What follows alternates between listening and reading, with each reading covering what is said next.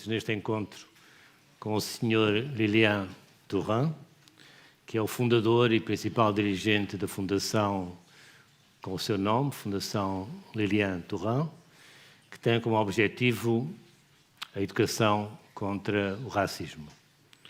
Eu queria agradecer à Fundação Calouste Gulbenkian a disponibilidade e o entusiasmo com que acolheu esta nossa proposta, assim bem como à Embaixada de França, que apoiou esta iniciativa, e, naturalmente, à Fundação Lilian Thuram e ao seu diretor, o Sr. Lionel Gauthier.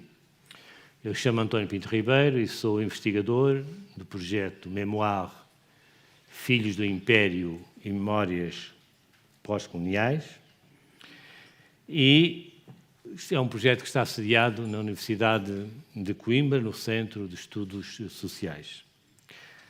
O projeto Mémoire tem como objeto de estudo as múltiplas representações dos cidadãos das chamadas segundas e terceiras gerações no contexto pós-colonial europeu. É, portanto, um projeto comparatista, sejam estes cidadãos comuns ou artistas, oriundos de França, Portugal e Bélgica.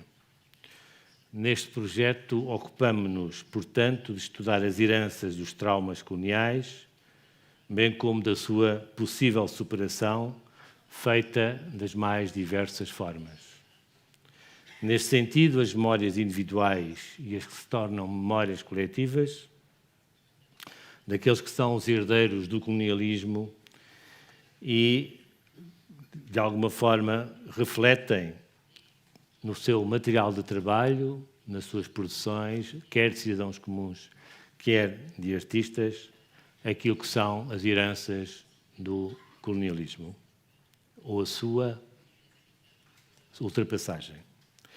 Parte substantiva destas memórias que acontecem ainda hoje na Europa e, sobretudo, das narrativas europeias na Europa contemporânea, escamoteiam o colonialismo como presença no nosso cotidiano e muitas instituições são responsáveis pela produção da amnésia sobre este período tão desumano e violento quanto foi o colonialismo.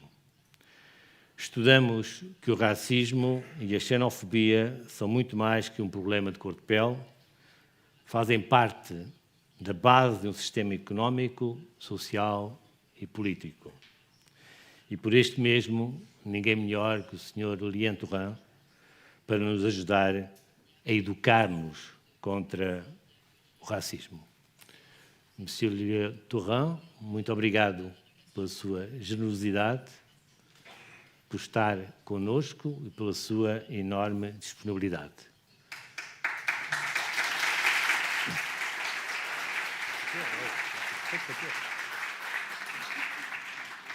O Sr. Lilian Thuram é conhecido que foi um grande futebolista, nasceu em Guadalupe e foi viver para Paris aos 9 anos de idade e mais tarde seguia uma carreira de futebol em Itália e depois, mais tarde ainda, em Barcelona, em Espanha. Foi recordista do número de seleções na equipa de França de futebol e conhece o seu palmarès impressionante, campeão do mundo de 1998 e da Europa em 2000, peço desculpa. Em 2008, criou a fundação com o seu nome, Lilian Thuram, Educação contra o Racismo, de modo a traduzir e a comprometer-se como pessoa e indivíduo na luta pela educação contra o racismo.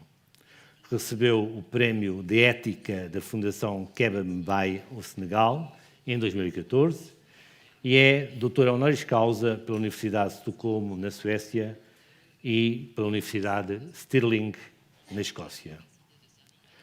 Lilian Thuram é também o autor de um livro, Mes Étoiles Noires, que está traduzido em português, foi traduzido e produzido pela Fundação Gulbenkian e pela Tinta da China em 2012 e creio que está ainda disponível para venda. Monsieur Torrão, obrigado por estar entre nós. Eu vou fazer 3 ou 4 perguntas e depois passarei o micro, a voz, para a assistência. Senhor Liliane Torrão, o colonialisme acabou na Europa? Écoutez, tout d'abord, bonsoir. Il faut que je dise bonsoir, parce que j'ai toujours l'impression qu'il y a ma mère derrière moi. Si je ne dis pas bonsoir, je peux avoir quelques problèmes. Donc, est-ce que le colonialisme est fini en Europe? Écoutez, c'est une vraie et grande question. Mais je dirais que le colonialisme n'est pas terminé, tout simplement parce que je pense que chacun de nous ici, nous portons cette histoire en nous, qu'on le veuille ou non. C'est-à-dire que ce soit l'histoire de l'esclavage ou du colonialisme, ce qui reste en nous, ce sont des façons de nous voir, en fait. C'est des façons d'interagir l'un envers l'autre. Et très souvent, ça part tout simplement dans la catégorie où on peut se situer. C'est-à-dire que très souvent, nous avons des identités et parfois, nous n'avons pas conscience de ces identités qui nous enferment dans des rôles bien précis.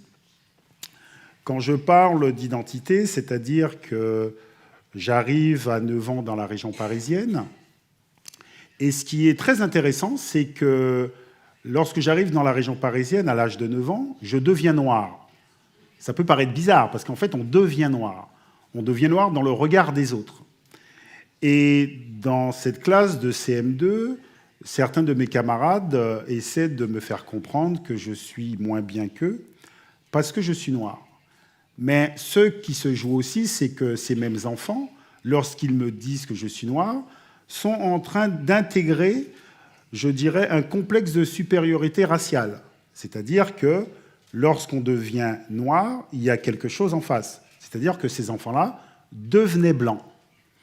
Et ce qui est très intéressant, j'ai pu rencontrer des élèves au Portugal ce matin ou hier, et j'aimerais par exemple vous poser une question ici, pour voir si ça marche. Qui est blanc ou blanche ici? Levez la main.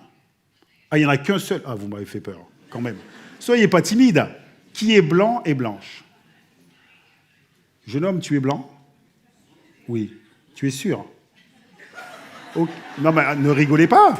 Ne rigolez pas. Viens avec moi. Viens avec moi. En fait, parce qu'en fait, ce qui est très intéressant, c'est qu'est-ce qui reste en nous du colonialisme. Alors, faites très attention parce que cet enfant va découvrir quelque chose qui peut-être va le perturber. Attention. OK. Tu as quel âge? 14 ans. Tu es blanc depuis quand? Pourquoi vous rigolez? Laissez-le répondre. Déjà, c'est compliqué d'être ici. Tu es blanc depuis quel âge? La naissance. Donc depuis 14 ans. Depuis 14 ans, tu es blanc. OK. Est-ce que tu connais les couleurs? De quelle couleur est cette feuille? Blanche. Vous êtes d'accord avec moi que cette couleur est blanche? OK. Est-ce que tu es de la même couleur? Ah, il a dit non en fait. Donc tu ne connais pas les couleurs. Mais pourquoi? Je ne comprends pas. Ça fait 14 ans que tu dis que tu es blanc, et toi tu dis que tu n'es pas de cette couleur. Donc tu es de quelle couleur?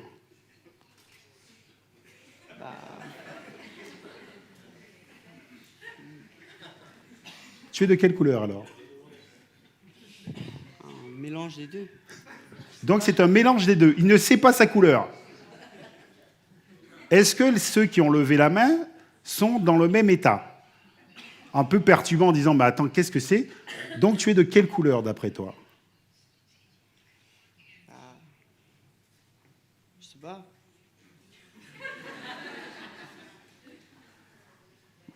C'est ta maman, ça? Oui. Madame, excusez-moi, votre fils est de quelle couleur? Parce qu'il a dit qu'il était blanc, et là, il est perturbé. Il est beige rosé. D'accord.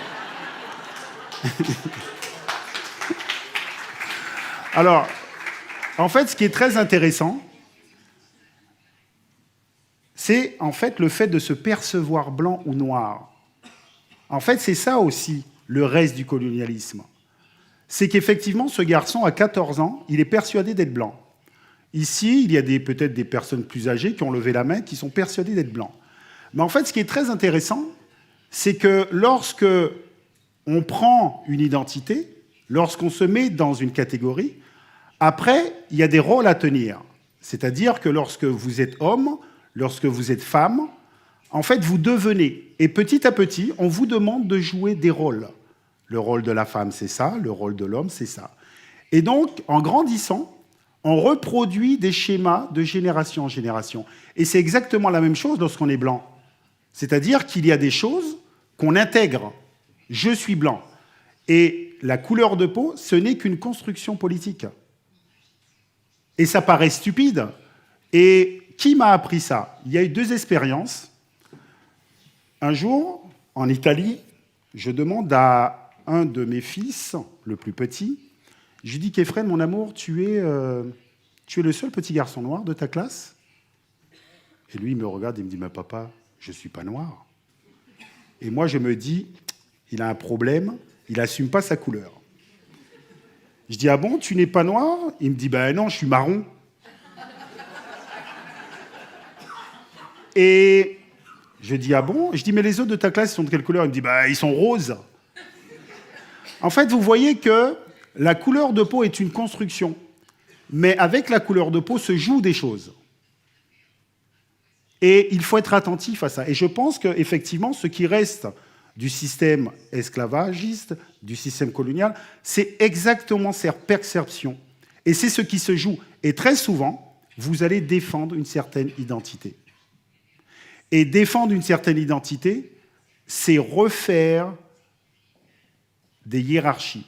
Je suis blanc, tu es noir. J'attends certaines choses des noirs dans la société.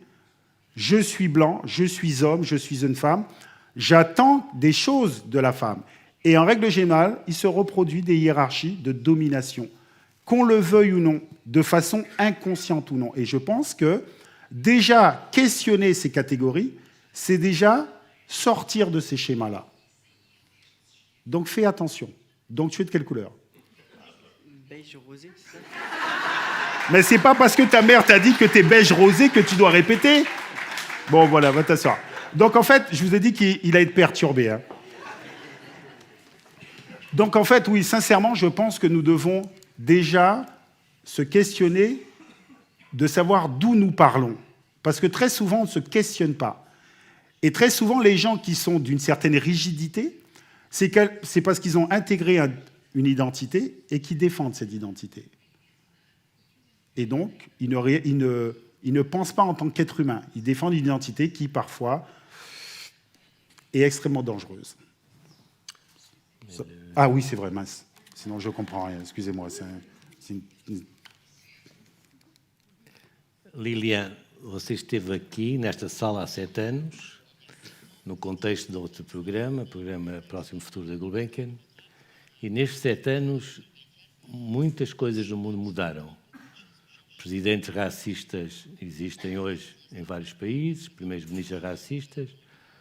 Supostamente há um aumento da extrema-direita e do racismo em vários países europeus, e não só, nomeadamente na América do Sul. E a percepção maioritária das pessoas é que hoje há mais racismo do que havia há 7 anos. Não sei se está de acordo. Écoutez, encore une fois, c'est très compliqué à le dire, je dirais, précisément. Je dirais que ce que je ressens, moi, en tout cas, c'est qu'il y a moins de racisme. C'est-à-dire que, tout d'abord, je pense que lorsqu'on analyse le racisme, il faut l'analyser sur un temps beaucoup plus long que 7 ans. Moi, je prends toujours l'exemple familial de ma propre famille. Moi, je suis des Antilles, de la Guadeloupe. Je dis très souvent que mon père est né en 1908, 60 ans après la deuxième abolition de l'esclavage en France. J'ai bien dit la deuxième, parce qu'effectivement, beaucoup de personnes pensent que la France a arrêté l'esclavage en 1848 en France. mais dans les colonies, il y avait l'esclavage. Ça, c'est un autre débat, mais c'est juste pour essayer de réfléchir différemment. Donc, je pense qu'à l'époque de mon grand-père, il y avait plus de racisme. Après, ma mère est née en 1947. Il y avait la ségrégation aux États-Unis. Moi, je suis né en 72. Il y avait l'apartheid en Afrique du Sud. Donc, ça veut dire qu'aujourd'hui, il n'y a pas des pays où est-ce qu'il y a des politiques, des lois racistes. Mais effectivement, il y a un ressenti aujourd'hui qui, effectivement, nous interpelle. Mais je pense que ce ressenti, avant tout, c'est parce qu'il y a des voix qu'on n'entendait pas avant. Et ça dérange la société. Ça, je pense que c'est ça qui est important à comprendre. C'est-à-dire que, effectivement, cette identité que j'ai dit, blanche, se sent en danger aujourd'hui. Et les politiques européennes, américaines, sud-américaines, en fait, très souvent, en stigmatisant d'autres personnes, veulent renforcer une identité qu'on ne nomme jamais. C'est-à-dire que quand on stigmatise des gens, c'est pour renforcer une identité qu'on ne nomme pas. C'est comme quand on dit il y a des gens de couleur. C'est-à-dire que les personnes blanches n'auront pas de couleur, eux. C'est comme on dit les gens de la minorité visible. Il y a la majorité invisible. C'est-à-dire qu'il y a des gens qu'on ne nomme jamais. Et donc, effectivement, les politiques dont nous parlons essaient de raviver cette histoire-là en disant il ne faut pas qu'on perde quelque chose. Et joue sur cette histoire, en fait, que historiquement, cette identité sert de socle et dire c'est normal que nous passons avant. Et donc, c'est pour ça que j'invite les gens à continuer à parler pour expliquer qu'effectivement, que le racisme, c'est pas un rapport de couleur de peau, en fait. Ça n'a rien à voir. Le racisme, en règle générale, a toujours servi de leurre dans la société. Moi, je suis antillais, encore une fois, j'analyse l'histoire de l'esclavage. L'histoire de l'esclavage, ce n'est pas un rapport de confrontation entre personnes de couleurs différentes, c'est un système économique qui, pour vivre, a besoin de construire un discours légitimant la violence faite sur certaines personnes. Et que ce soit au moment de l'esclavage, que ce soit au moment de la colonisation, il y a toujours eu des solidarités entre les personnes, peu importe leur couleur de peau. Mais les systèmes ont toujours tout fait pour casser les solidarités. Et je pense qu'aujourd'hui, nous sommes dans une situation économique où parfois les politiques n'ont pas les bonnes réponses. Donc, en fait, qu'est-ce qu'ils font? Ils jouent encore sur ce levier-là, en stigmatisant des gens pour que les gens aillent à l'affrontement et pour casser les solidarités. Et je pense qu'il faut faire terme de pédagogique pour ne pas tomber dans ce piège-là. Sachant que, historiquement, l'Europe est violente. Je crois que très souvent, les gens oublient ça. Et c'est pour ça que l'histoire coloniale est très importante à connaître. Pas pour se lamenter, c'est juste pour savoir. C'est-à-dire que, historiquement, nous sommes dans un lieu de violence. Et ce lieu de violence peut se raviver. Et donc, il faut faire très attention et prendre très, très au sérieux certaines choses. Très souvent, quand, par exemple, je fais des interviews avec les journalistes sportifs qui me parlent des bruits de singes sur le terrain, ils me disent « Oh, mais les gens sont stupides ». Et je leur dis « Non, ils ne sont pas stupides. Arrêtez de dire qu'ils sont stupides. » Tout d'abord, c'est des gens qui défendent une certaine idéologie de société. Parce qu'encore une fois, il y a des gens qui sont là pour défendre l'égalité, il y a des gens qui ne veulent pas l'égalité. Et donc, je pense qu'il faut vraiment être très, très attentif parce qu'effectivement, les dirigeants européens, historiquement, ne s'arrêtent pas avec la violence. S'ils doivent emmener les gens à la violence, ce n'est pas un problème pour eux. Quando eu digo, ou disse aos meus amigos, ou a alguns amigos, que o Lilian... Tu écoutes? Quando eu disse aos meus amigos que o Lilian Thuram vinha a Lisboa falar, entre outras coisas, do trabalho da sua fundação, Educação contra o Racismo, alguns deles disseram, mas qual é a originalidade? As escolas e as universidades supõe-se que educam contra o racismo.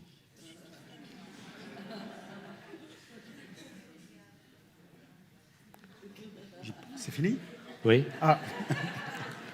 Qual é a originalidade para responder aos meus amigos que acham que as universidades e as escolas, de uma forma geral, educam todas contra o racisme? Ben écoutez, l'originalité, peut-être, c'est qu'en venant ici, peut-être qu'ils auraient découvert qu'ils n'étaient pas blancs, par exemple. Donc là, déjà, ça déstabilise. Bon, tout d'abord, nous, ce qu'on essaie de faire avec la Fondation, c'est assez simple. L'originalité, c'est tout d'abord essayer de mettre le fait que j'ai été joueur de foot à disposition de cette cause-là, parce que je pense qu'effectivement, avec les enfants, c'est beaucoup plus facile lorsqu'ils pensent voir venir un très très grand joueur de foot, bien que depuis quelques années, ils se disent c'est qui lui, c'est lui le joueur de foot, parce qu'il y a un décalage qui se met en place. Mais l'idée, c'est vraiment, encore une fois, de donner à comprendre que chacun de nous, nous sommes conditionnés. Pour moi, c'est vraiment ça. C'est-à-dire de dire aux enfants que nous sommes porteurs d'une histoire et qu'il y a des conditionnements qui nous emmènent à penser certaines choses. Et que chacun de nous, ici, nous devons le comprendre. Parce que très souvent, lorsque on parle du colonialisme, de l'esclavage, en fait, on met toujours les choses à distance. Comme si, en fait, nous, ça ne nous concernait pas. Et en fait, pour moi, c'est emmener les gens à se responsabiliser. Par exemple, moi, je vais dans les écoles, lorsque je parle de l'homophobie, et en fait, je leur demande, mais pourquoi vous êtes homophobe? Comme ça. Je dis, mais non, c'est pas comme ça, c'est pourquoi. Et en fait, très souvent, les enfants, ils parlent, et à un moment donné, ils finissent par parler de la religion. Et donc, je leur parle du conditionnement religieux, qui est un conditionnement très, très puissant. Et je leur dis, voilà, c'est le conditionnement religieux qui nous emmène à penser dans une certaine direction. Dans le conditionnement religieux, il y a le rapport des hommes et des femmes. Parce qu'en règle générale, ce sont les hommes qui dirigent les prières, dans toutes les religions. Dans toutes les religions, il y a aussi cette direction de pensée à rejeter l'homophobie. Et je leur dis, regardez, ce qui est très compliqué pour un être humain, c'est être libre. C'est très compliqué être libre. Et je pense que chacun de nous ici, nous le savons. Être libre, c'est ce soir, quand vous allez rentrer, les enfants, à table, quand vous êtes avec vos parents, vous dites à vos parents, vous savez quoi, j'ai bien réfléchi, je crois que je vais changer de religion. Et là, je vois la tête des enfants, ils sont déstabilisés. Je dis, mais c'est ça. Parce qu'en fait, chacun de nous ici, on nous conditionne à reproduire des schémas, et si jamais vous voulez interrompre ces schémas, eh bien, vos parents, la société n'est pas d'accord. Même vous, si vous voulez interrompre un schéma, il y a quelque chose qui s'appelle, en fait, ce sentiment de trahison qu'on peut avoir à ne pas continuer les choses. Et donc, c'est dire aux enfants, la première des choses, si vous voulez changer la société, c'est être libre. Être libre, ça veut dire sortir des catégories, sortir des nationalités, sortir des origines, pour penser avant tout comme un être humain. Parce que c'est ça qui est compliqué. Parce qu'on nous renvoie toujours à des catégories, et on ne se rend pas compte qu'on réfléchit à travers ces catégories. Je suis un homme, je suis une femme, et je suis portugais, je suis français. Et si vous n'arrivez pas à sortir de ces catégories, eh bien, on peut réactiver ces catégories à un moment donné et vous emmener à la confrontation. Et donc, pour moi, c'est ce que j'essaie de dire aux enfants. Je ne dis pas ce qui est mauvais, ce qui est bien, c'est pouvoir réfléchir sur soi-même. Vous savez, j'ai eu la chance d'être éduqué par une dame qui s'appelle Françoise Héritier, qui est malheureusement décédée. C'est une très grande anthropologue française. Et j'allais la voir et elle me disait, vous savez, monsieur Thuram, tous les jours, je fais attention à ne pas avoir des préjugés racistes. Et moi, en fait, c'est ce que j'aimerais que les enfants fassent. Que tous les jours, ils se posent la question. Parce que trop souvent, il y a des gens qui pensent que les gens racistes, c'est des grands méchants. Et chacun de nous, nous pouvons avoir des biais racistes. Chacun de nous, nous avons des biais racistes ou des biais sexistes ou des biais homophobes. Et il faut avoir le courage de s'y confronter. C'est peut-être ça, je ne sais pas. Obrigado. Obrigado, ça va? Vou passar agora a palavra ao público. Os meus dois colegas pedia duas coisas. Podem falar em português, para colocar as questões em português, temos uns excelentes tradutores lá atrás, e que fossem o mais objetivos possíveis, de modo a dar tempo a que muita gente faça perguntas. Pode ser? Posso falar em francês? Pode falar em francês também, é claro. Bonsoir, Monsieur Thuram. Bonsoir. Bon, sur la question des couleurs, je suis moi-même africain, mais de couleur blanche. Donc, je suis algérien. Vous êtes blanc? Oui. En fait, vous n'avez pas suivi ce qui s'est passé là. Bon. Ah, vous vous voyez blanc vraiment? Bon, pas de couleur mais généralement, c'est ce que les gens disent. Mais bon, ce que je voulais dire, que je porte une vision réconciliatrice en général comme ces stéréotypes. Nous avons été colonisés par la France. Et bon, je porte une vision réconciliatrice en général, même avec le passé colonial. Et je pense que cette question du racisme est reliée avec la puissance militaire et la puissance des civilisations, parce que le racisme existe même en Europe et dans d'autres régions avec des gens de couleur plus foncée. Donc la question qui se pose pour nous, pour notre génération qui doit rebâtir le monde sur des bases plus solides, des bases de paix, de fraternité, c'est la question qui se pose, c'est comment réintégrer des gens stigmatisés qui pensent, qui ont toujours la mémoire coloniale, la mémoire de ces stéréotypes, de les réintégrer dans la société et dans le monde moderne. Merci beaucoup. Je pense que c'est très important pour vous, pour votre organisation, pour your foundation. Merci beaucoup. Alors, tout d'abord, il faudrait réintégrer qui dans la société? Parce qu'en fait, si je vous entends, il faut réintégrer les personnes qui sont stigmatisées dans la société. C'est ça, hein? D'accord. Moi, je vois les choses différemment. Je pense que les personnes qu'il faut réintégrer, c'est les personnes qui ont un problème, en fait, de racisme. Je ne sais pas si je me fais comprendre. Parce que très souvent, on a tendance à dire que les personnes qu'il faut aider, qu'il faut réintégrer, qu'il faut réhumaniser, ce sont les personnes qui subissent le racisme. Moi, je pense que c'est le contraire. Parce qu'il faut dire aux gens qui sont stigmatisés dans une société que ce n'est pas eux le problème, ce sont les autres. Mais vraiment, je pense qu'il faut vraiment être très très clair avec ça. C'est-à-dire que...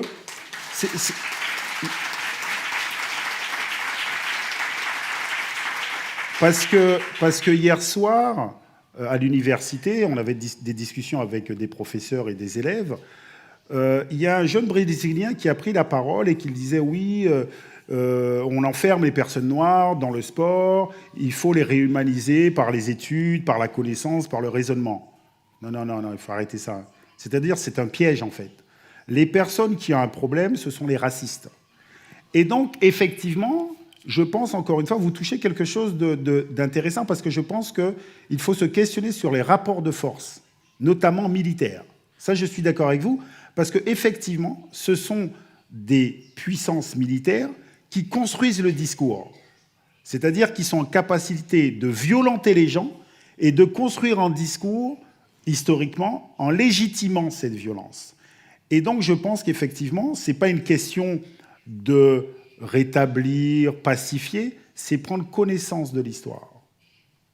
Prendre connaissance de ce qui a été pour essayer de comprendre ce qui est et pour se dire que peut-être il est temps de construire un horizon commun. Mais pour construire un horizon commun, il faut qu'on puisse se mettre à discuter entre êtres humains et rejeter la violence. Parce que dans nos pays, il y a beaucoup d'entre nous qui effectivement tombent dans le piège et légitiment la violence. C'est-à-dire que nous sommes dans une partie du monde où certains pays qui doivent être garants de la paix mondiale, ben c'est eux qui vendent plus d'armes. C'est ça la réalité aussi. Et je pense qu'il faut emmener nos sociétés être dans cette capacité à critiquer cela et ne pas tomber dans le piège qu'il y aurait des guerres justes, des guerres injustes.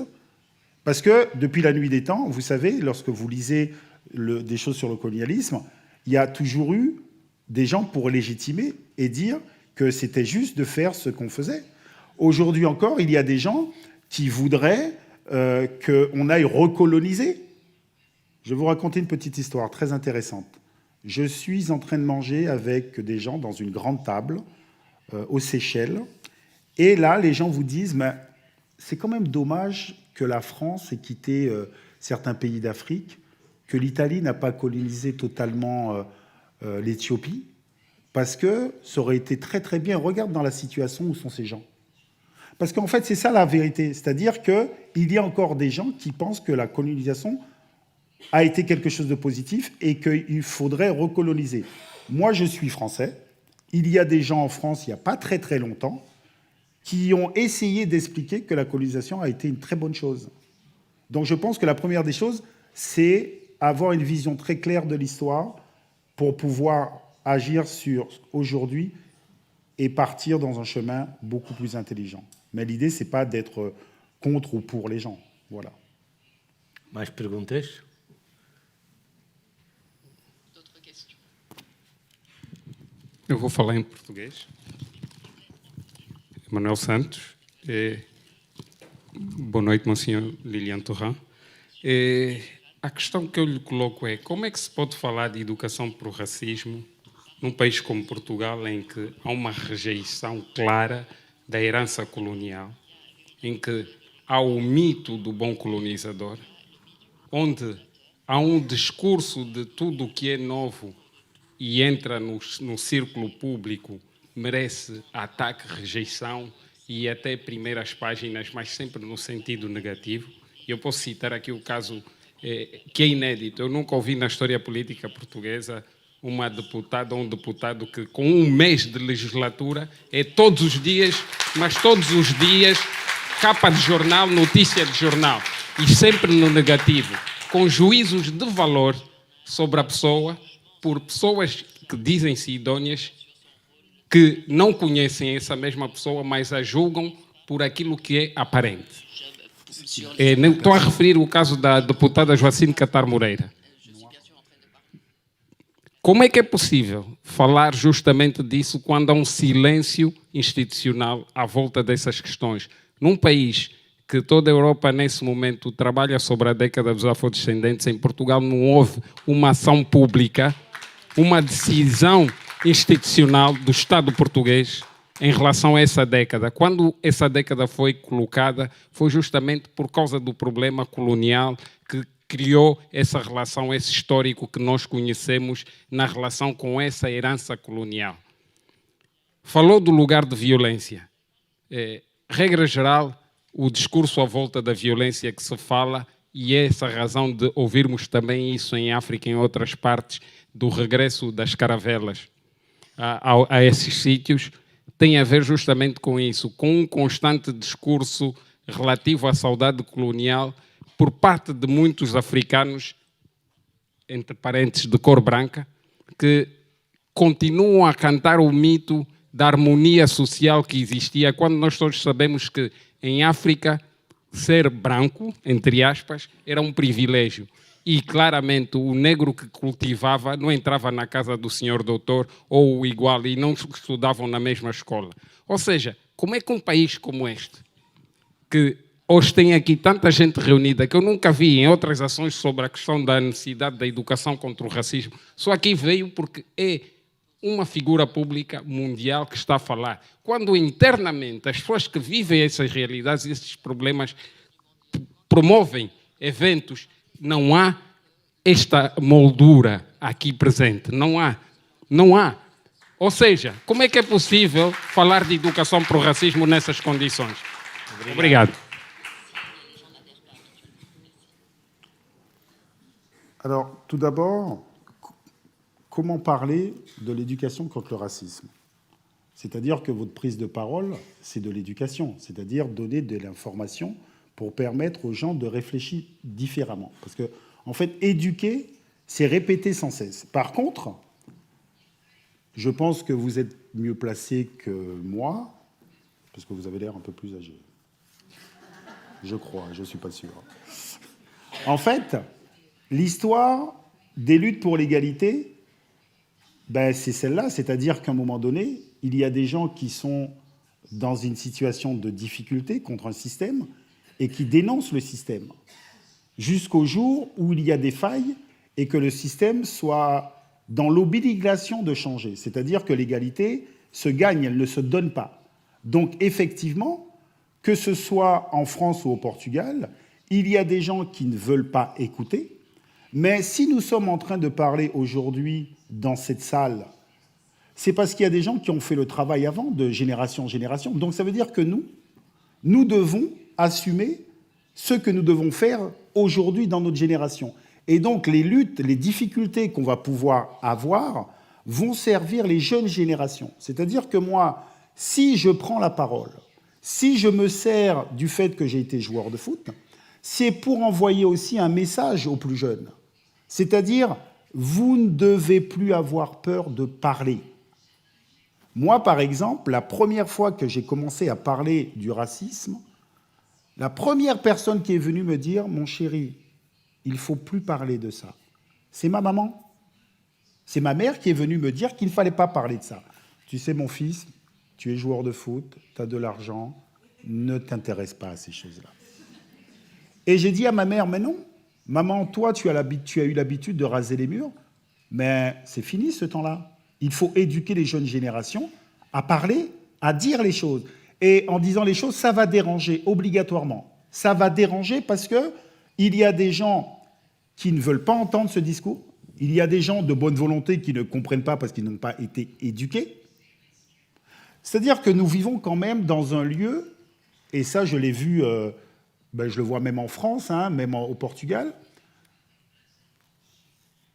Quand je dis aux gens qui a découvert l'Amérique, je ne vous ai pas parlé de ça aujourd'hui, parce que comme je dis tout le temps ça, je dis aux gens qui a découvert l'Amérique. Les enfants, ils me disent, ben oui, c'est Christophe Colomb. Je dis, ben ok, d'accord.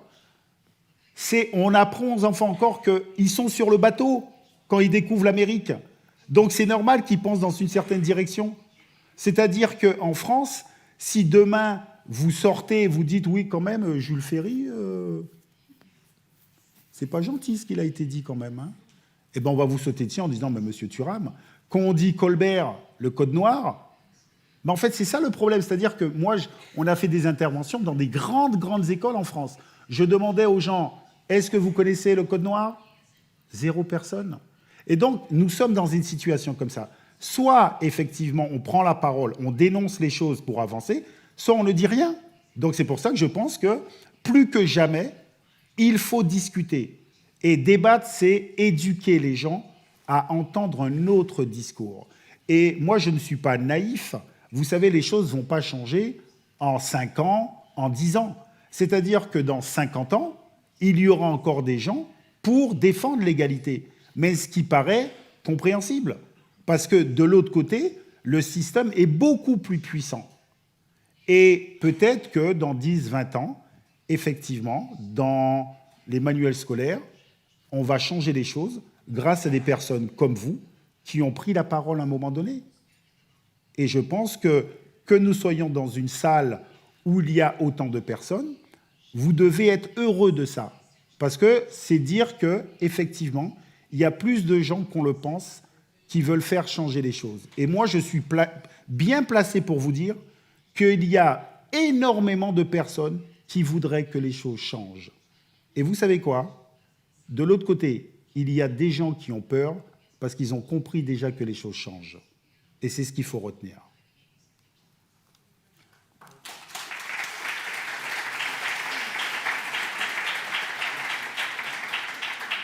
Lá atrás, aquele senhor. Enquanto ele não faz a pergunta, Lilian, gostava que falasses sobre a relação entre racismo e sexismo.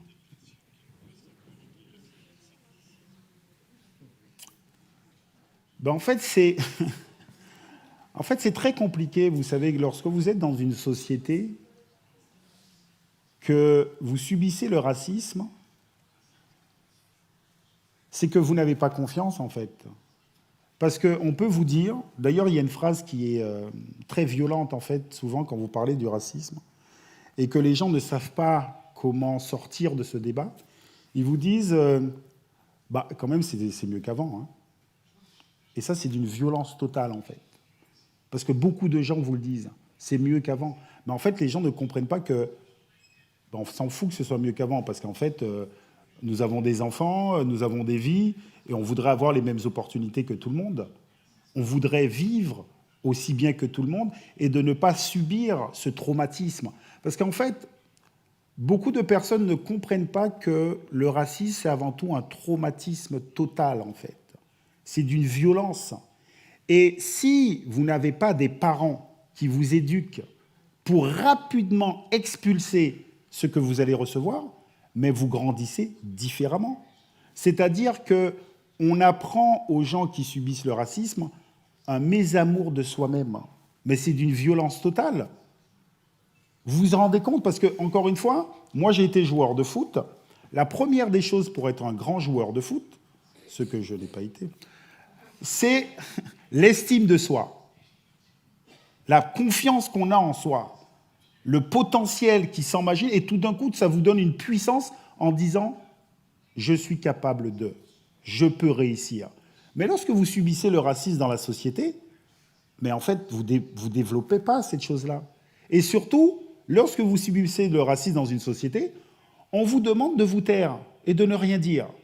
En fait, il faut rassurer les bourreaux, en fait, en leur disant ouais, mais non, mais ça va quand même. Ce matin, un garçon, je lui dis bon, t'as déjà subi le racisme? Il dit non, c'est pas vraiment du racisme. Et je lui dis mais si tu t'en souviens pas, c'est pas du racisme. Et petit à petit, il a commencé à parler et il a fini par dire mais c'est très compliqué en fait. C'est pour ça que je pense qu'il y a du scepticisme. C'est-à-dire que vous dites mais en fait rien n'avance en fait. Mais je pense qu'il faut dire aux gens la première des choses, n'oubliez pas, vous allez rencontrer des gens qui vont mettre en doute vos capacités, mais c'est les autres qui ont un problème, pas vous. Moi, c'est ce que je dis en tout cas à mes enfants, pour que très rapidement, ils puissent être vaccinés contre cette violence-là. Mais c'est tout à fait normal, parce qu'on voudrait que les choses avancent. Et en plus, lorsque vous parlez de ces sujets, attention, il faut rester calme.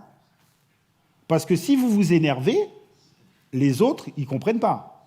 Ils disent « Ah ouais, mais il s'est radicalisé, lui, quand même. Hein. Ah ouais, il est un peu parano, quand même, lui. Hein.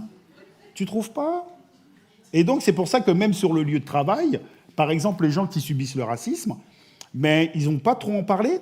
Parce que s'ils en parlent une fois, ça va, 2 fois, 3 fois, et bien la 4e fois, peut-être que les autres vont dire « Ouais, mais t'as vu, quand même, il se plaint toujours, lui. » Et donc, c'est pour ça qu'en fait, qu'il y a autour de la discussion, parfois des incompréhensions.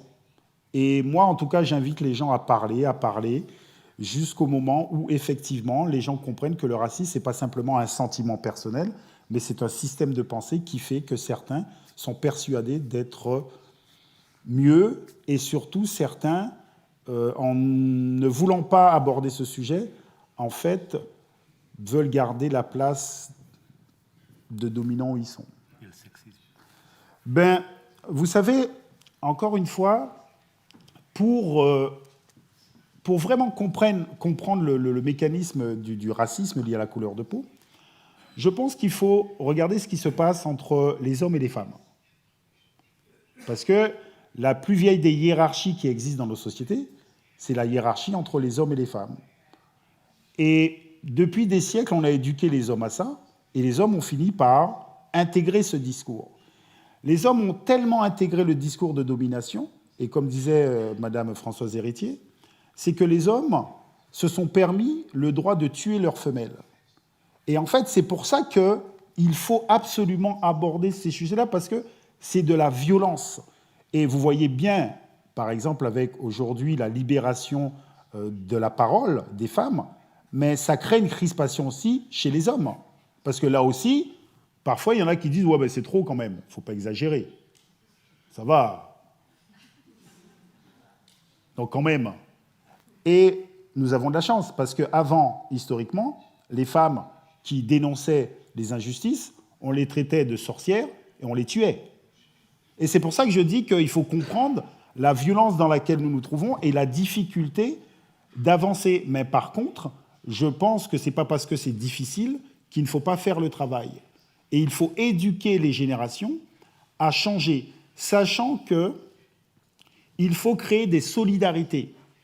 C'est-à-dire que ce soit les hommes ou les personnes d'une certaine couleur qui subissent le racisme, en fait, il faut créer des solidarités, des coalitions avec des hommes, des personnes de couleur blanche, pour emmener ce chemin vers l'égalité. D'ailleurs, par exemple, en parlant de solidarité, je suis allé dernièrement à Venise, à la Biennale, et il y a eu une vidéo qui m'a interpellé très fortement sur le merveilleux pavillon de la Guadeloupe. Je viens de la Guadeloupe, hein, c'est pour ça que... Et en fait, cette vidéo était incroyablement puissante. C'est une vidéo puissante, en fait. Et en fait, vous savez quoi? J'étais persuadé que l'artiste était un artiste noir qui dénonçait, en fait, des choses. C'était un artiste blanc. Donc, je me suis même, moi, fait piéger. Et donc, c'est pour ça que je dis qu'il faut créer, en fait, avec les gens, de bonne volonté. Et je reste persuadé qu'il y a beaucoup plus de personnes de bonne volonté qu'on le pense. Ça, je suis persuadé. De toute façon, vous savez quoi? On va finir par gagner. Ils n'ont pas le choix.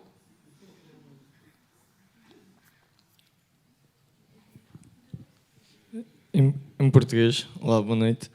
Eu queria lhe perguntar se acha que, pronto, com toda a questão do politicamente correto, qual será no futuro, visto que parecemos ser uma sociedade cada vez mais sensível, não só ao racismo, mas a muitas mais coisas, como é que o politicamente correto, qual será o impacto que o politicamente correto poderá ter no racismo e no que é que pode ser considerado racismo ou não? E penso que até possa conhecer o caso do Bernardo Silva, não sei. Pronto, Bernardo Silva, o jogador português, publicou uma fotografia de um colega negro quando era mais novinho e comparou com um bonequinho de umas bolachas de chocolate. E pronto, foi toda uma questão relativamente ao racismo e tudo mais. Muitas opiniões a favor, outras contra, que ele devia ser pronto, punido a não jogar futebol durante alguns jogos e acabou por ser proibido de jogar um jogo. E pronto, é esta questão, será que o politicamente correto deve ter um limite ou devemos sempre ter uma atitude no sentido de, ok, isto não está correto, isto é a normalização do racismo, isto é uma normalização de um passado que nós temos e que não deveria ser normalisado? Écoutez, je n'ai pas bien saisi l'idée du politiquement correct. Je vais juste vous donner mon avis sur cette histoire de Bernardo Silva et Mendy. J'essaie d'expliquer qu'il y a des sphères privées et publiques. C'est-à-dire que certains jeunes, et ça je le vois avec mes deux garçons, en fait, les réseaux sociaux, en fait, pour eux, ça reste de l'ordre presque du privé. C'est-à-dire qu'ils font une blague avec un copain, mais ils le mettent sur les réseaux publics, les réseaux sociaux. Mais ça devient public à ce moment-là. C'est-à-dire que la blague du joueur portugais, s'il le fait dans les vestiaires, en tête-à-tête avec son copain, c'est pas la même chose s'il le met sur les réseaux sociaux et ça devient public. Donc ça veut dire que c'est une blague pour tout le monde. Donc c'est normal qu'à un moment donné, si vous mettez les choses dans l'espace public, qu'il y ait des personnes qui interviennent en vous disant « Mais écoutez, jeune homme, vous êtes gentil ?» Ben ça non, on n'est pas d'accord. Et je pense que c'est normal que ça se fasse comme ça. Parce qu'encore une fois, il y a des gens qui en ont marre de rigoler de ça. Hein. Et c'est toujours les mêmes qui rigolent. Parce qu'en fait, ce qui est très marrant, c'est il y a eu dernièrement un joueur de foot qui a fait une blackface, d'accord, pour s'amuser. Je descends de chez moi, il y a une petite réunion devant la maison, je discute avec les voisins. Il me dit, bah, ça va, on ne peut plus rien faire. Donc, franchement, non, mais attendez, le mec, on sait qu'il n'est pas raciste quand même. Et je lui dis, mais on ne peut plus rien faire. Comment ça, on ne peut plus rien faire? Ben, parce que tu crois que moi, ça me fait rire, ça? Mes filles, ça fait rire? Mais pose-toi la question, pourquoi ça te fait rire, toi, peut-être? Parce qu'effectivement, toi, peut-être que comme tu es blanc, c'est marrant.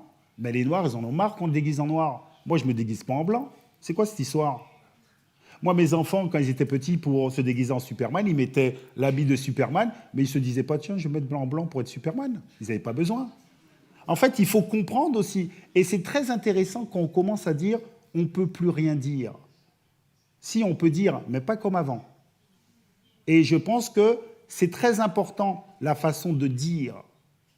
Parce que dans la façon de dire, il y a beaucoup de choses qui sont véhiculées. Tout à l'heure, j'ai fait une interview avec un journaliste et qui me disait, oui, quand même, est-ce que vous pensez que le Portugal participe au racisme en étant un des pays qui a découvert le Nouveau Monde? Je lui dis, écoutez, je ne sais pas, mais je ne crois pas que le Portugal a découvert le Nouveau Monde quand même. Hein.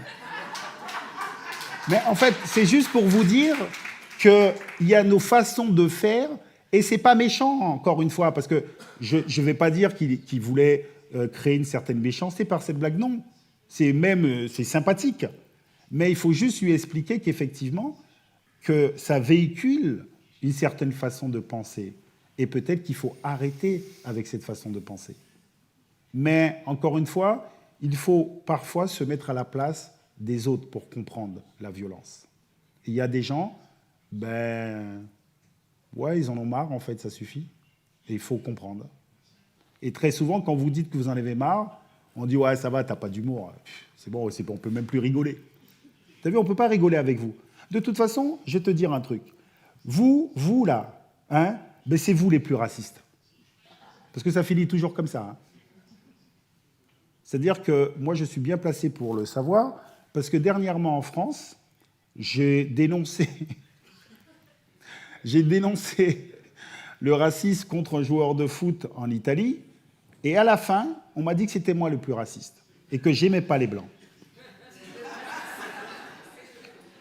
Et donc, c'est pour ça que je dis qu'à un moment donné, il faut dire les choses, ne pas attendre que les gens comprennent tout de suite, parce qu'il y a des gens qui ne vont pas comprendre, parce qu'ils sont dans leur habitude, ils ont les façons de faire, et ils veulent continuer, et ce n'est pas vous, un noir, qui va venir dire ce qu'il ne faut pas faire, ce n'est pas toi, une femme, qui va dire à un homme qu'est-ce qu'il faut faire, tu vas rester à ta place.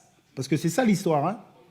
Et donc, c'est pour ça que parfois, il y a certains qui sont violentés, parce qu'on leur dit il faut changer votre façon de faire. Et moi, je pense qu'il faut que nous soyons de plus en plus nombreux à dire il faut arrêter de faire certaines choses. Et les choses vont avancer comme ça. Voilà. Boa tarde, obrigada. Só quero fazer 2 observações e um comentário. Todos nós temos histórias. Falou da história dos Estados Unidos, da descoberta. Os brasileiros têm uma expressão muito engraçada. Portugal não descobriu o Brasil. Portugal achou. Porque quando ele lá chegou, já lá estavam pessoas, portanto ele não pode ter descoberto nada. Mas é assim que nós perpetuamos, porque na história que nós ensinamos cá é que Portugal descobriu. E é assim que se ensina. E é para entrar para a segunda observação, quando chamou aquele jovem de 14 anos aí ao palco para perguntar da cor. As crianças são maravilhosas, porque há uma criança que um dia chegou a casa e disse assim à mãe, não, até foi ao pai. Foi um rapaz que disse ao pai, pai, uma criança de 6 anos, na minha escola há lá uma menina que é tão bonita, que ela é quase azul. Ela estava a falar de uma criança da África Central. Portanto, ela não olhou que ela era negra. Ela é tão bonita que é quase azul. Ela não focou na cor escura do estigma.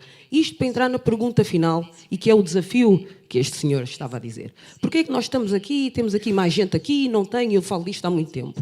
A grande dificuldade para mim, e o que eu queria perguntar a si, é como ultrapassar a barreira da comunicação. Porque o que nós temos aqui é uma barreira de comunicação. Porque estamos a falar de racismo que é discriminação à base da cor. Não é outro tipo de discriminação. Por isso é que a palavra racismo não é igual à palavra discriminação. O que há é uma dificuldade de comunicar. E é aí que eu queria saber o seu conselho, é como ultrapassar essa dificuldade de comunicar. Há um artigo de opinião muito engraçado que se chama The Reason Why I Don't Talk About Racism with White People. E qualquer afrodescendente que ler aquele artigo de opinião é ele, seja ele um afrodescendente em Portugal, seja um afrodescendente no Brasil, seja um afrodescendente nos Estados Unidos ou na França. Eu sei porque é que eu não falo de racismo com qualquer pessoa não é branca, é caucasiana. Porque eu já não digo branco, digo caucasiano. Porque isto é uma questão de identidade. O argumento de branco e preto foi só para segmentar uma sociedade à base do capitalismo, que é como surgiu a sociedade do mundo social. Mas é isto, nós temos que mostrar às pessoas. As pessoas têm que refletir esta minoria, porque os caucasianos, em termos mundiais, são uma minoria, que conseguiram se impor como uma maioria. Eles é que são uma minoria, mas que conseguiram dominar este mundo pela forma do capitalismo. Agora, a dificuldade está em fazê-los entender onde é que está mal. E é aí que se surge o problema. E é aqui que temos de fazer o exercício. Claro que nas suas reuniões há sempre muita pouca gente, porque as pessoas que estão somos sempre nós. Nós sabemos qual é o problema. Eu também, no início, eu debatia muito, porque é que eu vou, e deixei de ir, mas depois fiz esse exercício. Porquê que eu não vou a sítios de falar de racismo? Porque quando eu chego lá, nunca vejo pretos. Vejo muita gente branca, mas depois comecei a pensar, mas é aí. Porque é nessas pessoas, porque todo o africano sabe o que é ser racista. Todo o ser vítima de racismo. Base da cor, claro. Todo o afrodescendente sabe o que é ser vítima de racismo. A maioria dos meus amigos são todos caucasianos. Sou afrodescendente, nascida cá, todos os meus amigos são caucasianos. Eu tenho grandes discussões com eles. Não é que eles não gostam de mim, mas eu sei que eles têm comportamentos racistas. E a minha sempre dificuldade é ensinar a pessoas que são diferenciadas, que estudam, que já estudaram na universidade, como é que elas podem desdobrar o seu raciocínio e ver onde é que está o racismo nas suas palavras, que eles dizem que não são racistas, e como é que perpetuam. O exercício é esse. Portanto, nós temos dificuldade em transmitir o que é o racismo, e os outros lá têm dificuldade de perceber como é que está a ser racista. E eu queria saber a sua opinião, como é que nós fazemos este dilema, porque é aí e é pela educação. E já se nota as melhorias. Noto melhorias nos jovens agora de 20 anos, noto muitas melhorias nos miúdos de 15 anos. E noto, porque eu já não pareço, mas eu já estou mais próxima dos 50 do que dos 20. Mas, muito mais próxima dos 50 do que dos 20. Yes. Portanto, era isso. O meu conselho, como é que fazemos isso? Obrigada e desculpem tanto tempo.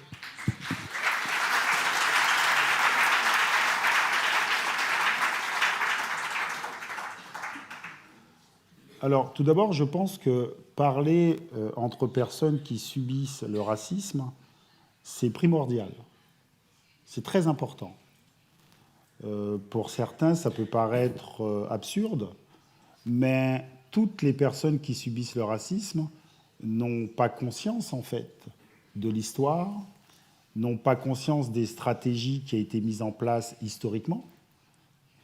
Parler de racisme entre personnes qui ont subi, c'est aussi faire face au même traumatisme. Ce n'est pas un hasard que des personnes violées parlent entre elles, les personnes violentées parlent entre elles, parce qu'en fait, c'est une façon de se soigner. Ça, c'est très important de le faire et de le faire savoir. Pourquoi ? Parce qu'en règle générale, on a interdit aux personnes noires, notamment, de se regrouper ensemble. Il faut le savoir. Donc ça veut dire qu'il y a beaucoup de personnes noires qui ont peur de ce regroupement. Parce que qu'est-ce que les autres vont dire ? Donc je pense que c'est très important pour déjà aussi avoir des armes, former un discours, pour pouvoir après aller le dire. Moi, je comprends ce que vous dites sur le fait, j'ai pas envie de parler de racisme avec les Blancs parce qu'ils comprennent rien. Après, ils sont sentimentaux. Pourquoi tu m'attaques ? Je me dis, pourquoi ? Je ne suis pas comme ça. Je peux comprendre ça. Mais je pense qu'il faut en parler. Il faut en parler. C'est très important. Parce qu'encore une fois, je pense qu'il y a beaucoup de gens de bonne volonté, mais qui ne comprennent strictement rien. Strictement rien. Donc, il faut prendre le temps de les éduquer. Pourquoi ? Parce qu'en les éduquant, ils vont eux aussi faire passer le message. Moi, j'ai eu des discussions avec des amis qui me disaient « Non, mais non, Lilian, ça, ce que tu dis là, mais non, t'es raciste en fait. Ce que tu dis, t'es raciste. » Et vous savez, ce qui est très intéressant, après la polémique qu'il y a eu en France, où on m'a critiqué de raciste anti-blanc, ils m'ont appelé et ils m'ont dit « Ah ouais, d'accord, je comprends là. Ah ouais, c'est chaud quand même. » Et donc, ils finissent, avec du temps, par comprendre les choses. Vous savez, il y a un intellectuel, je ne sais pas de quel pays il vient, Cabral ? Cap-Vert. Guinée-Bissau ? Cap-Vert ? Mettez-vous d'accord là, ça suffit maintenant. Les des deux, d'accord. C'est Cap-Vert, c'est ça. Alors, en fait, il parle de quelque chose qui est de très intéressant, à mon avis. Il parle de quelque chose qui est très intéressant, parce que lorsqu'il est arrivé au pouvoir, il parlait de suicide de classe. D'accord ? Un suicide de classe pour pouvoir se mettre à disposition des plus pauvres. S'il y a des politiques ici, ce sera intéressant d'écouter ça. C'est pas mal, ça, comme suicide de classe pour se mettre à disposition des plus pauvres. Parce qu'effectivement, on parle d'un endroit, on parle de sa classe sociale. Et je pense que ce serait intéressant que les gens réfléchissent au concept de suicide de race. Parce qu'effectivement, les gens ne se rendent pas compte que très souvent, ils parlent à travers leur couleur de peau pour comprendre des choses. Et je pense que nous n'avons pas d'autre choix de créer ce pont pour faire avancer les choses. Vous n'avez pas d'autre choix. De toute façon, historiquement, lorsqu'on parle de Nelson Mandela, ok, ben, dans la lutte, il y a des Noirs, il y a des Blancs. Lorsque vous parlez de Martin Luther King, lorsqu'il y a la marche, il y a des Noirs, il y a des Blancs, il y a des gens de toute religion. Donc, il faut absolument, encore une fois, créer ces solidarités pour faire changer les mentalités. Vous savez, c'est très compliqué. Moi, je suis un homme, d'accord ? J'ai mis du temps aussi à comprendre qu'effectivement, que lorsque vous étiez une femme, vous ne vivez pas l'espace public de la même façon. Et je pense qu'il y a beaucoup de personnes blanches qui ne savent pas que les personnes noires ne vivent pas de la même façon l'espace public. Et quand on leur dit « Regardez, l'espace public n'est pas vécu de la même façon », ils te disent « Ah ouais, c'est vrai ? Comment ça ? Ah ouais, t'as peur de la police ? Ouais, ben c'est parce que t'as fait quelque chose. Non. » Et donc, c'est pour ça que je dis qu'il faut discuter, mais il faut emmener ce débat, et ce qui est très compliqué, parce qu'effectivement, lorsque vous êtes une personne qui subit le racisme et que vous voulez intervenir, en face de vous, vous vous retrouvez avec des gens qui n'ont jamais rien lu sur le racisme, qui ne vivent pas le racisme, et en fait, qui vont vous dire à vous ce que c'est le racisme. Et c'est ça le vrai problème. Mais je reste persuadé que vous n'avez pas d'autre choix d'éduquer petit à petit ces personnes. On n'a pas d'autre choix, et qu'est-ce qu'on peut faire ? Parce que, encore une fois, les personnes qui sont dans les postes clés pour faire déverrouiller les choses, très souvent, c'est des personnes qui ne subissent pas le racisme. Et ce qui est aussi quelque chose que nous devons être très attentifs, c'est-à-dire que parfois, il y a des personnes qui ont subi le racisme, qui vont gravir les échelons, et lorsqu'ils vont gravir les échelons, ils vont oublier, parce que c'est se mettre en danger. C'est se mettre en danger parce que les autres vont dire « Mais attends, mais, ah ouais, toi, t'es pas tout à fait comme nous, t'es comme ceux d'en bas, là. » Et c'est ça le danger. Et c'est pour ça que je pense qu'il est important de développer dans la société portugaise, parce que vous êtes ici au Portugal, dans la société française, cette vision du monde, notamment des plus jeunes qui vont grandir et qui vont avoir un discours beaucoup plus franc, parce que la société aura l'habitude d'entendre ces sujets, parce qu'il y a des gens qui sont encore très très mal à l'aise. Vous savez, encore une fois, nous parlons, quand on parle du sexisme, on voit très bien qu'en règle générale, tout homme connaît une femme. C'est pas le cas avec les Noirs et les Blancs. Mais pourtant, c'est hyper compliqué quand même de faire changer les choses. L'égalité entre hommes et femmes, ça devrait être une évidence. Mais ce ne l'est pas dans la société. Donc ça prouve à quel point c'est compliqué, ces schémas de domination. Voilà. Deste lado, uma pergunta. Aqui à frente, aqui este senhor. Obrigada. Eu gostava de fazer um jogo como fez o Lilian, que é que todas as mulheres aqui na sala pusessem a mão no ar. Todas. Não estou a perguntar se são feministas. Não são... Quem se identifica como mulher? Quem se identifica como homem agora? Hommes? Comment? C'est-à-dire, là maintenant c'est des hommes? C'est ça? Só há estes homens na sala? Faut les yeux. Né?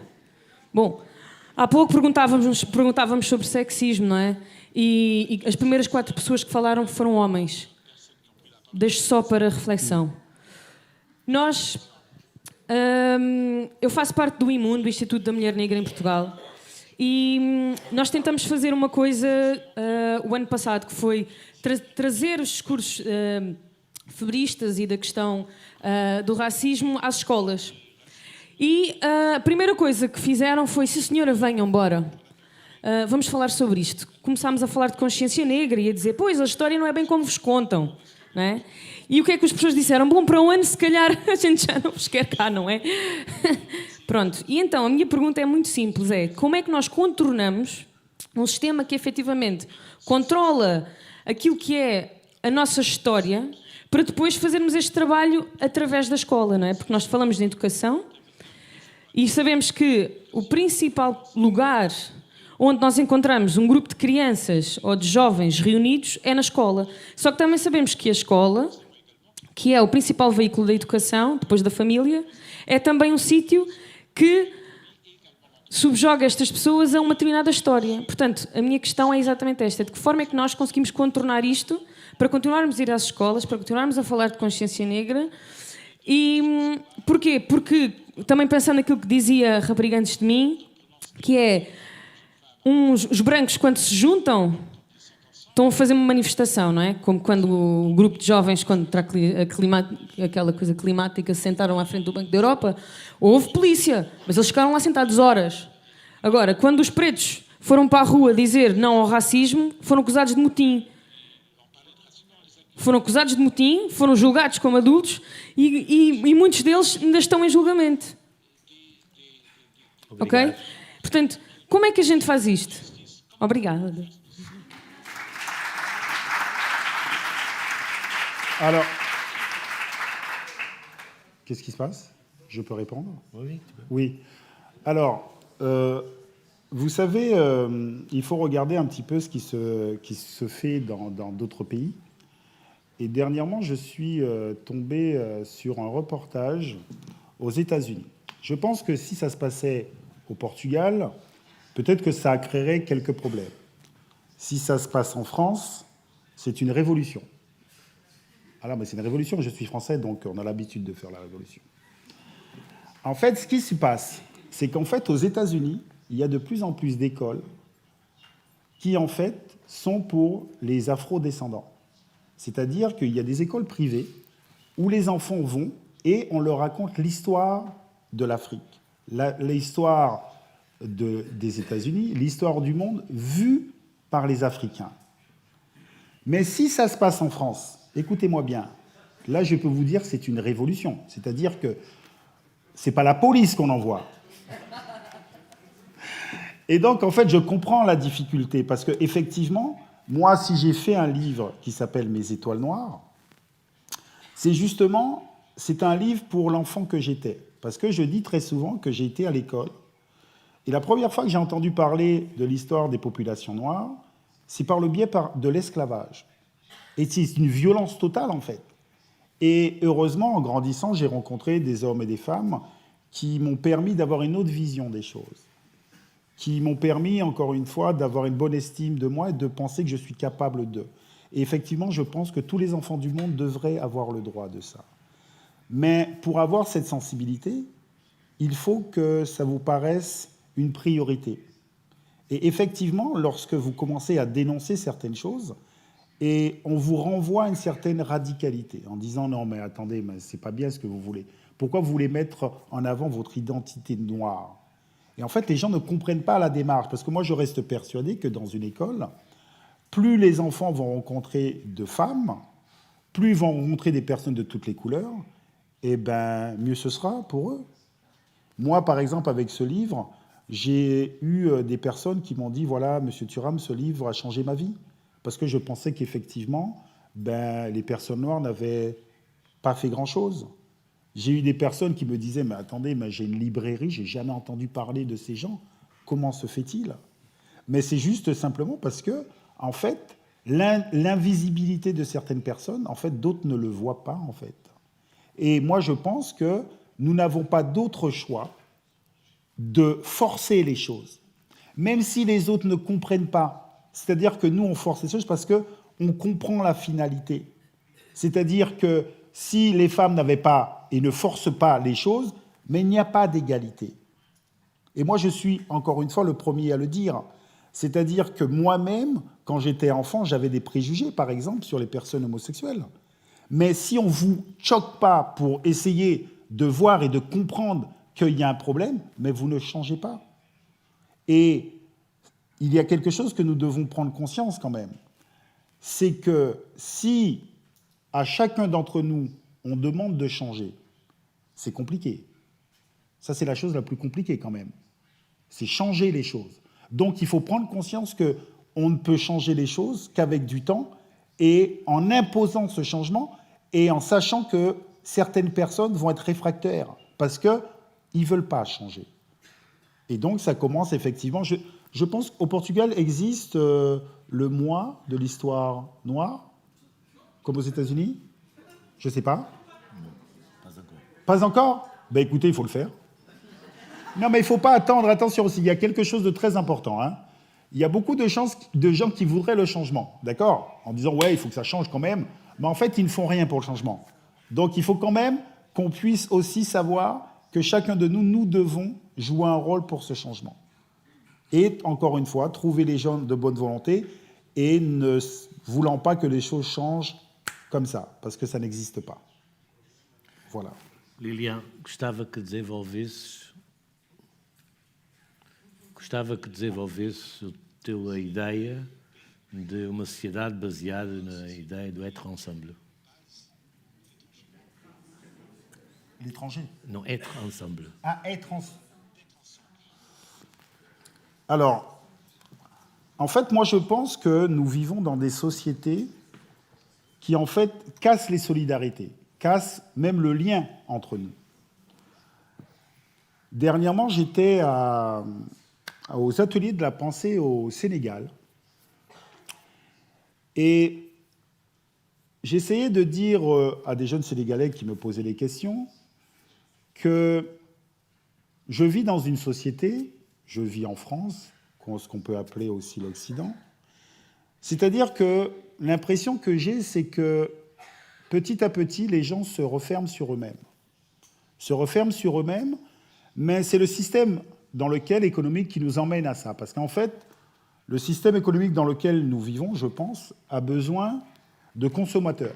De consommateurs, donc ça veut dire que tu dois être retourné sur toi-même pour penser que tu te suffis à toi et que tu n'as pas besoin des autres.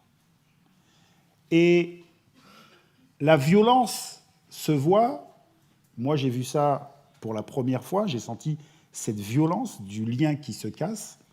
C'est un matin très tôt, je vais à l'aéroport en Suède et il n'y avait personne. Et en fait, il fallait tout faire tout seul dans les aéroports, mettre le truc et tout. Et je me disais, mais en fait, c'est une société malade, en fait. Mais encore une fois, c'est une vision très personnelle. C'est sûrement parce que je suis des Antilles. Et là-bas aussi, j'ai grandi dans une société où, en fait, on ne peut pas être seul.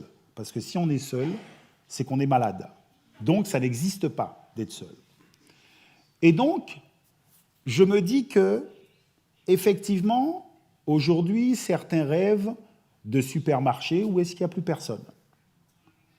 Et si on va dans cette société, ça veut dire qu'il y aura moins de liens, moins de solidarité. Et donc, on ne pourra pas faire ensemble.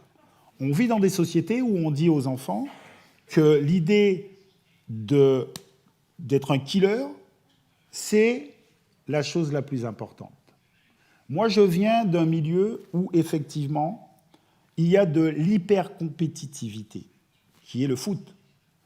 Et j'ai l'impression que dans la société, effectivement, c'est ce qu'on développe, l'hypercompétitivité. Ça veut dire que si tu ne réussis pas, c'est de ta faute. Moi, je reste persuadé que le rôle d'une société, le fait de vivre ensemble, c'est comment vous prenez soin des gens les plus vulnérables dans une société. Moi, c'est ma vision de société.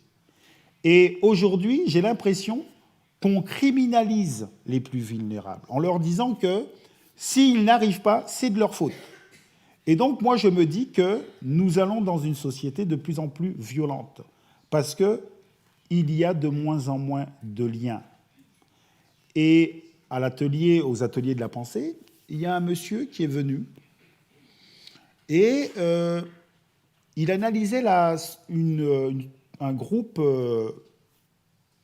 au Sénégal et il disait « mais je ne comprends pas ». C'est-à-dire les gens, dans leur façon de vivre, en fait, ils vivent comme s'ils avaient beaucoup plus d'argent que leur salaire. Et donc, j'ai analysé les choses, et en fait, il expliquait que les gens s'entraidaient. Quand il y avait quelque chose d'important, tout le groupe donnait de l'argent à la personne qui devait faire le mariage, ou il y avait un décès. Et il finit par la conclusion, il dit, au Sénégal, la pauvreté, c'est être seul. C'est ça la pauvreté, c'est être seul. Et moi, je me dis que nos sociétés emmènent les gens à être seuls. Et il y a eu un autre intellectuel camerounais qui parlait de la folie. En fait, la folie commence par être seul. Et je me demande parfois, est-ce que notre monde ne va pas dans cette direction? Ou effectivement, où on ne se parle plus, où est-ce qu'on ne discute plus, où en fait on ne crée plus le lien. Et je pense que nous devons faire très très attention, parce que moi je reste persuadé qu'on n'existe qu'à travers les autres, avec les liens que nous avons et que nous créons. Et effectivement, je pense que c'est le système économique dans lequel que nous vivons qui nous emmène à ça. Et donc il faut combattre ça. Comme combattre le racisme, c'est combattre le fait qu'il faut former des liens. Lorsque vous analysez le système de la colonisation dans les Amériques, la traite négrière, la colonisation, ce n'est que casser les liens. Casser les liens en disant « l'autre n'est pas humain, donc je ne peux pas rentrer en interaction avec lui parce qu'il a une autre couleur ». Et donc je pense qu'il faut revenir à créer des liens pour revenir à une société où, effectivement, on va pouvoir vivre ensemble. Ça, c'est peut-être ma vision des choses. Je ne sais pas si je dis des bêtises. Mais c'est sûr.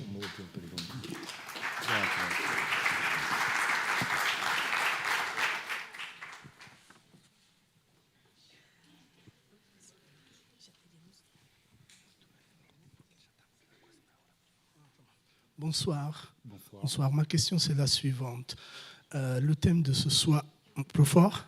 Ouais, le thème de ce soir, c'est les fils de l'Empire. Voilà. En étant les fils de l'Empire, les afrodescendants, j'estime que nous sommes les fils d'un mariage forcé. Je pense que tout le monde est d'accord. Et que ce mariage, il reste à être légitime, à être légitimé. Car pour moi, nous sommes encore ces fils illégitimes, les bâtards. Car nous sommes la partie invisible de cette société. Car nous sommes invisibles dans le contexte des médias, dans le contexte politique, dans le contexte des arts. Ma question, c'est la suivante. Quelles sont les propositions au niveau politique, en étant donné que monsieur aura fait un mémoire sur ce sujet-là, quelles sont ces propositions politiques pour pouvoir changer cet état des faits? Merci. Alors, écoutez, moi, je pense que les fils de l'Empire, ce ne sont pas que les enfants des pays qui ont été colonisés. C'est-à-dire que les fils de l'Empire, c'est tout le monde, en fait. Mais en fait, c'est ma vision. C'est-à-dire que c'est tout le monde.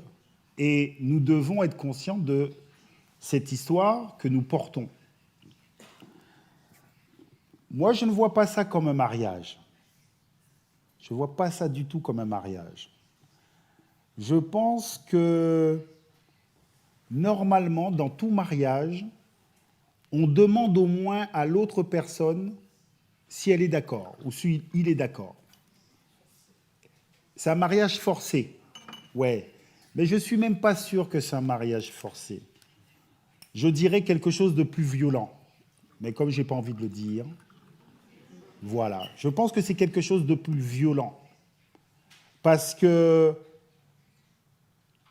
un mariage forcé, ça ne dit pas la violence. ça ne dit pas la violence de ce que ça a été quand même. Et je pense que nous devons peut-être essayer de réparer les choses, nous, parce que moi, je reste persuadé que c'est les personnes qui vivent une certaine souffrance qui rendent meilleurs les autres. Moi, je suis persuadé de ça. Je suis persuadé que, par exemple, les personnes qu'on appelle les migrants aujourd'hui doivent rendre meilleurs nous et les sociétés dans lesquelles nous vivons. Je pense que cette histoire-là permet, quand je parle de la colonisation, tout ce qui est passé, permet vraiment de voir qu'aujourd'hui, les rapports de force sont intacts. Et que, comme mademoiselle a très bien dit, que la minorité de gens, que nous faisons partie aussi aujourd'hui, profitent d'une grande partie, d'une trop grande partie des richesses du monde. Ça, je pense que c'est très important d'analyser ça. C'est-à-dire que, encore une fois, je rappelle que je suis antillais, c'est-à-dire que Voltaire dénonçait la façon dont les Européens avaient du sucre, d'accord ? Parce qu'en disant, dans Candide, en disant, voilà, c'est le prix à payer pour avoir du sucre, en parlant de l'esclavage. Et aujourd'hui aussi, il faut dénoncer ce qui se passe pour que nous, par exemple, ayons des facilités, comme le téléphone. Et donc, c'est pour ça que je dis que notre responsabilité, c'est effectivement avoir cette connaissance historique que certains n'ont pas, parce que moi, je reste persuadé que nous connaissons beaucoup mieux l'histoire du monde que certains. Et ça, c'est un avantage. Et il faut se servir de cet avantage pour raconter une autre histoire où, effectivement, il faut que certains se reconnaissent comme les fils de l'Empire. Parce que s'ils ne se reconnaissent pas comme les fils de l'Empire, eh bien, ils ne vont pas nous écouter. Il faut leur dire qu'effectivement, nous savons beaucoup plus que certains, mais vraiment, parce qu'on le vit dans sa chair, et qu'aujourd'hui, vous devez écouter. Et d'ailleurs, je vais vous dire quelque chose. Regardez ce qui se passe un petit peu partout dans le monde aujourd'hui. Les révoltes, les gilets jaunes en France. Vous avez des gilets jaunes au Portugal ? Ok, d'accord, je ne sais pas. En fait, je disais, parce qu'en France, les gens parlaient des gilets jaunes et tout ça. Et moi, je disais, vous savez, aux Antilles déjà, il y a quelques années, il y avait déjà eu des mouvements populaires pour la même chose. En Afrique, quelques années avant, il y avait des révoltes de la faim contre les prix chers. Et donc, ça veut dire qu'aujourd'hui, je pense que les gens doivent comprendre que nous vivons sous des schémas qui sont identiques. J'ai un ami qui appelle ça la négrification du monde. La négrification du monde, ça veut dire qu'en fait, que vous soyez blanc ou n'importe quelle couleur, le système économique vous traite comme des noirs. Et donc, je pense que c'est ce que nous devons voir aujourd'hui et peut-être emmener un autre discours. Parce qu'aujourd'hui, on n'entend pas de discours au niveau politique de l'égalité. Hier, c'était très intéressant parce qu'il y a un jeune homme qui m'a posé la question en me disant « Oui, mais au Portugal, les gens de la gauche qui devraient être avec nous, en fait, ils ne comprennent pas nos combats. » Vous êtes d'accord avec ça ? Ok. Mais vous savez quoi ? Ils ne peuvent pas comprendre parce qu'en règle générale, je ne dis pas que c'est tout le monde, ils ont l'habitude de parler pour certains. Sauf qu'aujourd'hui, nous voulons parler pour nous-mêmes. Et donc, ça crée aussi un décalage. Donc, il faut parler plus fort. Et effectivement, je pense que ça passe aussi par des engagements politiques. Madame, vous allez vous engager politique. Là. Moi, je vote pour vous. Ne rigolez pas. Je sens cette énergie. Et donc, oui, voilà, je pense que... Mais en tout cas, c'est... Alors, je vais vous montrer quelque chose pour peut-être me faire comprendre.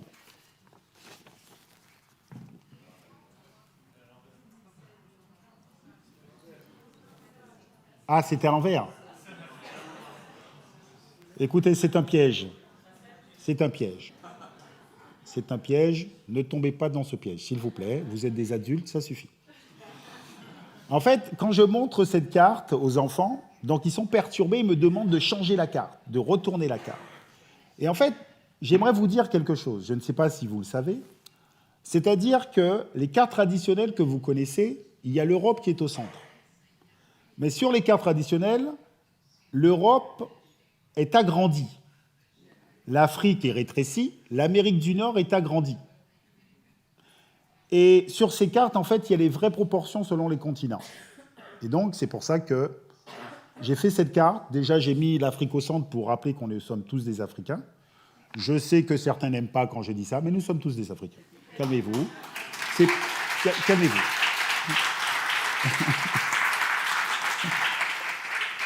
Et en fait, je pense qu'il faut emmener à changer notre façon de penser les choses. Peut-être que nous devons ramener effectivement une autre vision du monde.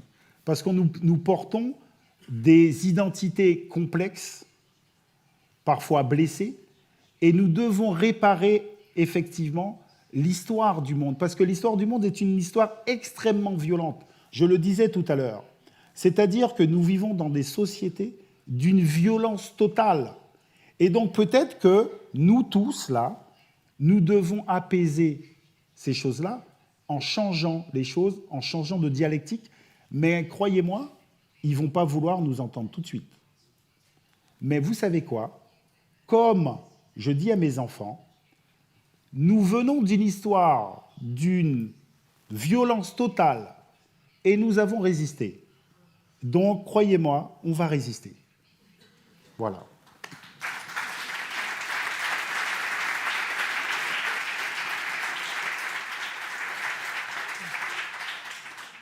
Vamos ter que terminar.